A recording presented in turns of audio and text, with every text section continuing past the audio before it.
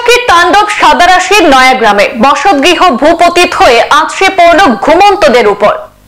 গতকাল বেলাগাম ঘূর্ণিঝড়ে বিস্তীর্ণ জনপদের বসতবাড়িতে ব্যাপক ক্ষতি সাধন করেছে, উপড়ে ফেলেছে গাছগাছালি, অবরুদ্ধ হয়ে পড়েছে গ্রামীণ রাস্তাঘাট। গভীর নিদ্রায় যখন আচ্ছন্ন, ঠিক তখনই বসতগৃহ ভূপতিত হয়ে পড়ল ঘুমন্ত দিনমজুরের পরিবারের উপর। ভাগ্যিস বড় অঘটন থেকে রক্ষা পেলেও খোলা আকাশের নিচে ঠাঁই হয়েছে দিনমজুরের পরিবারের।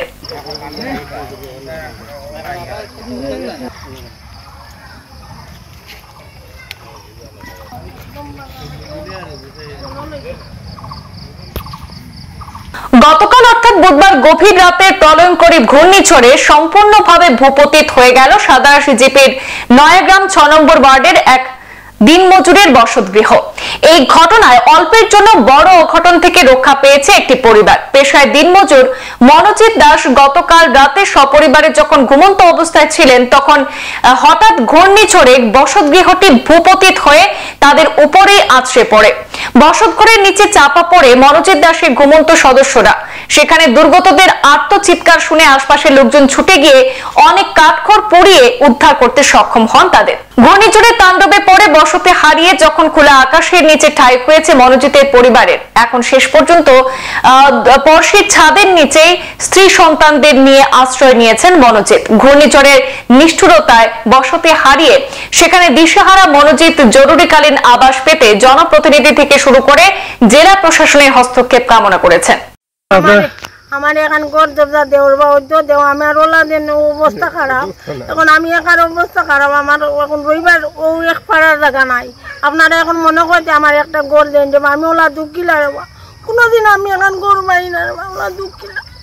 এখন আপনারা জানতে আমি বাঁচিতে আমার নাইলে আমি আর নাই, আমার নাইরা যার ওলা আমি রুজি কাম করে না নুনতে খাই, আর নাইলে নাই আমি উবার থাকি। আচ্ছা, কালকে যখন তুফান দিল তখন আপনার সামনে বাড়িলা ওদিকে কোনো মানুষে বার করতে হয়, মানুষ দুইজনে বার করতে, আমার দেবর দুকে বার করতে না, আমার টানিয়া বার করতে না আমরা, তাহলে আমরা খাইলু মারা গেলাম অনেক রাইতু। দেখো আমার ঘর কান্তা ওই তো আমার দিয়া দেবো মেরদি রং করিও না, আমি খুব অভাবী মানুষ।